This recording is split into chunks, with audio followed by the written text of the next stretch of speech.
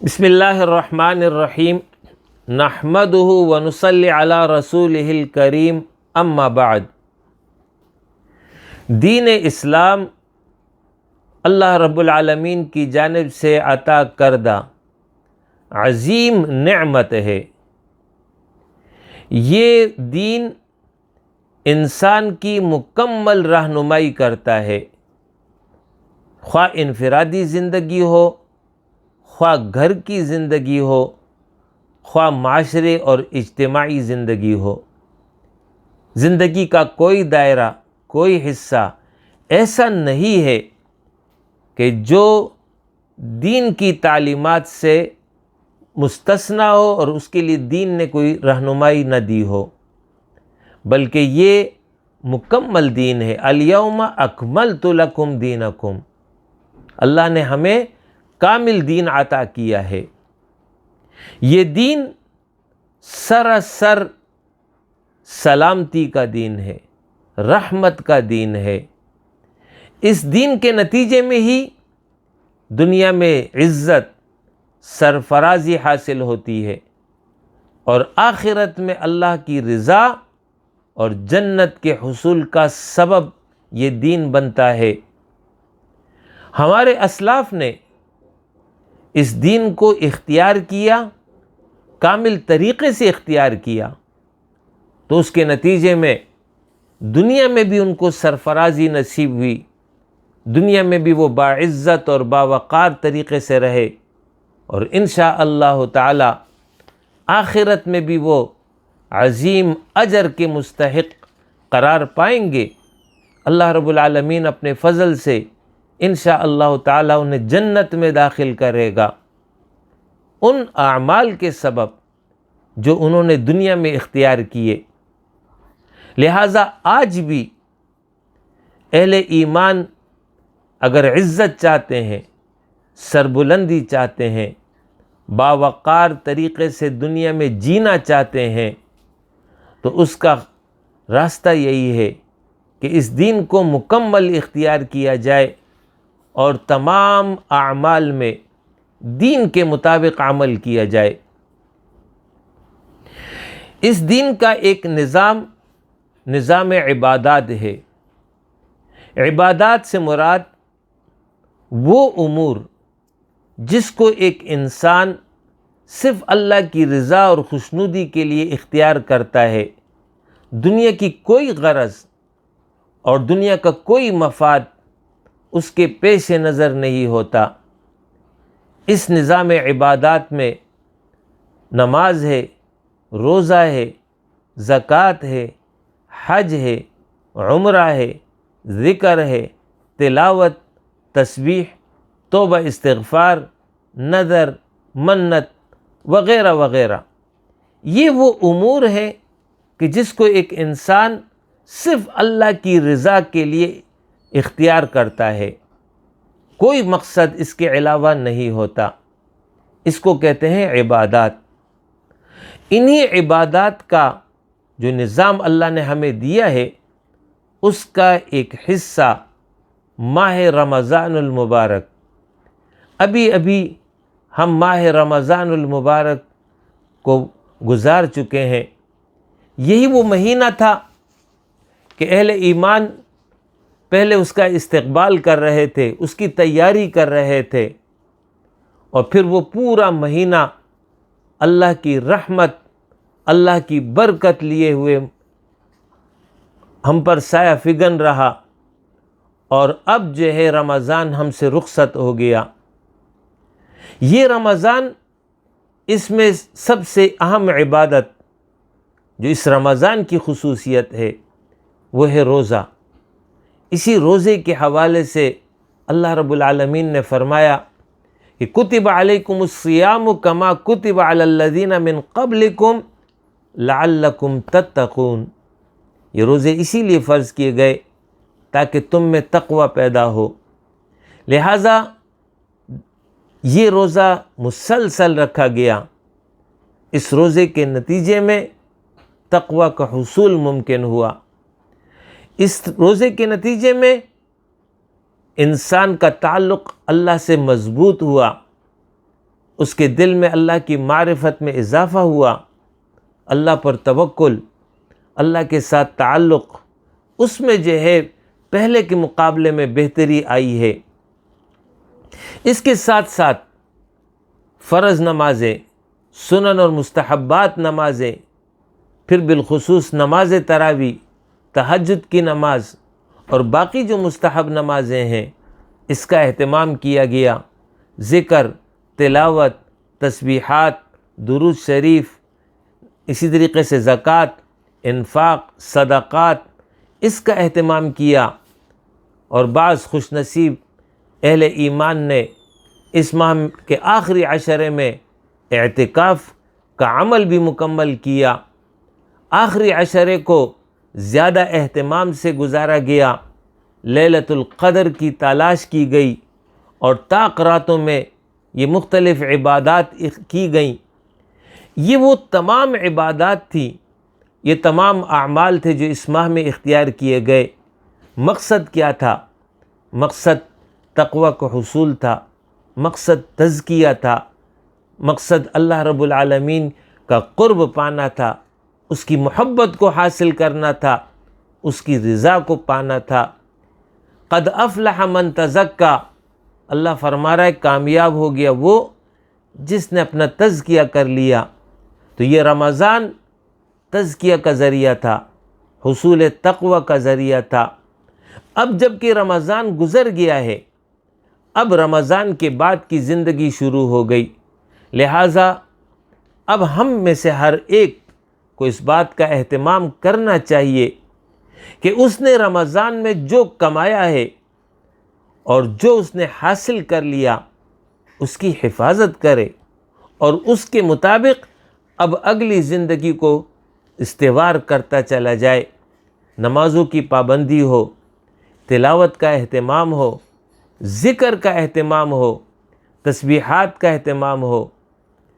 آپ صلی اللہ علیہ وسلم نے تعلیم دی ہے کہ میانہ روی اختیار کرو عبادت میں، کچھ وقت صبح اور شام دن کے اس کو جو ہے عبادت کے لیے خاص کر لو، اور کچھ حصہ رات اس کو عبادت کے لیے مختص کر لو۔ تو فرمایا اس طرح اعتدال کے ساتھ عمل کرتے رہو، اپنی منزل یعنی جنت کو پالو گے۔ تو لہٰذا اب اعتدال کے ساتھ، میانہ روی کے ساتھ ان اعمال کو اپنایا جائے۔ ظاہر ہے یہ تعلیم تو نہیں ہے کہ 30 روزے اگر رمضان میں رکھیں تو اب 30 روزے شوال و ذی القعدہ ذی الحجہ میں بھی رکھے جائیں، نہیں، یہ تعلیم نہیں ہے۔ اسی طریقے سے اگر رمضان میں تراویح کی تعلیم تھی تو اب یہ نہیں ہے کہ روزانہ تراویح پڑھی جائے، نہیں، یہ وہ مخصوص عبادت تھی جو اس مہینے کے ساتھ مختص تھی۔ اسی طرح اعتکاف تھا، اعتکاف تو آخری عشرے کی مخصوص عبادت ہے۔ اس کے علاوہ اب باقی عمل نہیں ہے کہ انسان جو ہے تمام فرائض کو چھوڑ کر جو دنیا کے اندر رہتے ہوئے اس پر لاگو ہوتی ہیں، اس کے جسم کا اس پر حق ہے، اس کے ماں باپ کا اس پر حق ہے، اس کی بیوی کا اس پر حق ہے، اس کے اولاد کا اس پر حق ہے، اس کے پڑوسی کا اس پر حق ہے، اس کے رشتہ داروں کا اس پر حق ہے، اس کے مہمان کا اس پر حق ہے۔ تو ان تمام حقوق سے دستبردار ہو جائے اور مستقل طور پر وہ مسجد میں اعتکاف کی نیت سے بیٹھا رہے، اسلام اس کی تعلیم نہیں دیتا۔ لا رہبانیت فی الاسلام، اسلام میں ترک دنیا نہیں ہے۔ اور جو تقوی کی ایک مثال بیان کی جاتی ہے کہ ایک موقع پر حضرت عمر فاروق رضی اللہ تعالی عنہ نے ابی ابن کعب رضی اللہ عنہ سے دریافت کیا کہ ابی تم جانتے ہو تقوی کسے کہتے ہیں؟ ابی ابن کعب رضی اللہ عنہ نے حضرت عمر فاروق رضی اللہ تعالی عنہ سے عرض کیا کہ مجھے یہ بتائیے کہ جب کبھی آپ کو کسی ایسی جگہ سے گزرنا پڑ گیا جہاں جھاڑیاں ہوں، وہاں آپ کا عمل کیا ہوتا ہے؟ تو حضرت عمر فاروق رضی اللہ تعالی عنہ نے یہ نہیں فرمایا کہ میں اس راستے کو چھوڑ دیتا ہوں، نہیں، فرمایا اسی راستے سے گزرتا ہوں، لیکن اس طرح گزرتا ہوں کہ اپنے دامن کو سمیٹ لیتا ہوں تاکہ کوئی جھاڑ جھنکار، میرے کپڑوں کے ساتھ نہ الجھ جائے، میرے بدن کے ساتھ نہ الجھ جائے، اور بحفاظت اس راستے سے نکل جاتا ہوں۔ حضرت ابی ابن کعب رضی اللہ عنہ نے فرمایا، حضرت اسی کو تقویٰ کہتے ہیں۔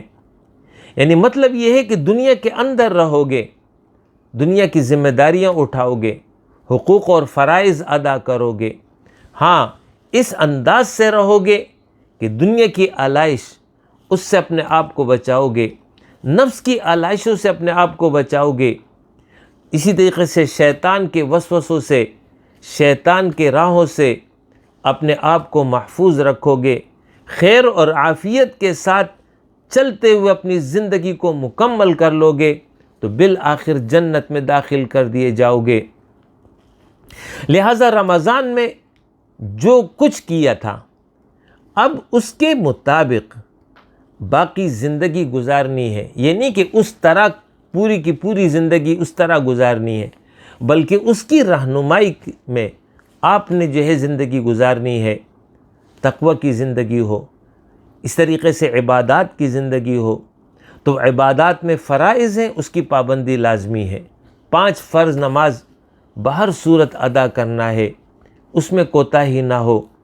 اسی طریقے سے قرآن کی تلاوت، گو کہ قرآن کا مہینہ رمضان ہے لیکن تلاوت 365 دن رہے گی، 12 مہینے رہے گی، تو کچھ حصہ تلاوت کا روزانہ جو ہے اس کو معمول بنا لیا جائے، اس کی برکتیں، سعادتیں آپ کو ملتی چلی جائیں گی۔ اسی طریقے سے پیر اور جمعرات اور مہینے میں ایام 20 یعنی 13، 14 اور 15 تاریخ جو قمری کیلنڈر کے حساب سے ہو، ان تاریخوں میں روزہ رکھنا بہت بڑے اجر اور ثواب کا ذریعہ ہے، لہٰذا اس کا اہتمام ہو۔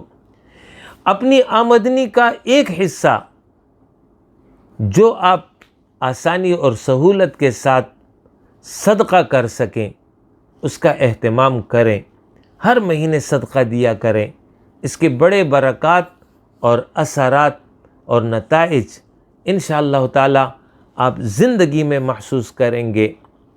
اسی طریقے سے درود شریف کا اہتمام ہے، اذکار کا اہتمام ہے، اپنے 24 گھنٹے میں سے کچھ وقت اس کے لیے ضرور نکالیں، آرام اور سکون اور تسلی کے ساتھ اپنے رب کو یاد کریں، رات کے کچھ حصے میں اللہ کی عبادت کریں، جیسے کہ عباد الرحمن جو ذکر ہوا ہے کہ الذین یمشون علی الارض ہونا واذا خاطبهم الجاہلون قالوا سلاما، اس کے بعد فرمایا والذین یبیتون لربہم سجدا وقیاما، رحمان کے بندے وہ ہیں جو رات بسر کرتے ہیں اپنی رب کی رضا حاصل کرنے کے لیے سجدے کی حالت میں، قیام کی حالت میں، لہٰذا کچھ حصہ رات کا عبادت کے لیے مختص کر دیا جائے۔ اگر تہجد ممکن ہو تو بہت اچھی بات ہے، لیکن اگر تہجد ممکن نہ ہو تو پھر سونے سے قبل کم از کم 2 رکعت نماز پڑھ کر کے تہجد کی نیت کے ساتھ انشاءاللہ تعالی یہ اجر بھی آپ کو مل جائے گا۔ یہ وہ امور ہیں اب ہم نے باقی زندگی میں اختیار کرنے ہیں۔ صالحین کی معیت اختیار کریں، نیک لوگوں کی رفاقت انسان کو نیکی کی طرف لاتی ہے، برے لوگوں کی رفاقت انسان کو برائی کی طرف لے جاتی ہے، لہٰذا جس طرح رمضان میں ایک پورا ماحول نیکی کا تھا اور اس کی وجہ سے نیک اعمال آسان ہو گئے تھے، اب تو وہ ماحول نہیں رہا، ماحول بدل گیا ہے، آپ نے اپنا ماحول بنانا ہے۔ تو آپ نے کس طرح ماحول بنانا ہے؟ نیک لوگوں کی رفاقت، اچھے لوگوں کی اجتماعیت، ان کے ساتھ بیٹھیں، ان کے ساتھ تعلق رکھیں۔ اسی طریقے سے کوشش کریں اپنے گھر کا ماحول بھی دینی ماحول بنائیں، اسلامی ماحول بنائیں۔ اگر یہ کام آپ نے کر لیا تو یقیناً آپ جو ہے گویا کہ رمضان سے بھرپور مستفید ہو گئے، رمضان میں بھی مستفید ہو گئے، اور رمضان کے بعد بھی انشاءاللہ تعالی ان اعمال کے ذریعے مستقل مستفید ہوتے رہیں گے۔ اللہ رب العالمین سے دعا ہے کہ ہمیں صراط مستقیم پر قائم رکھے، اعمال صالحہ کرنے کی توفیق دیتا رہے، اور یہ زندگی اس طرح ہمیں گزارنے کی توفیق دے کہ جس کے نتیجے میں اس کی رضا حاصل ہو، جنت حاصل ہو۔ اقول قولی ھذا واستغفر اللہ لی ولکم ولسائر المؤمنین، وآخر دعوانا ان الحمد للہ رب العالمین۔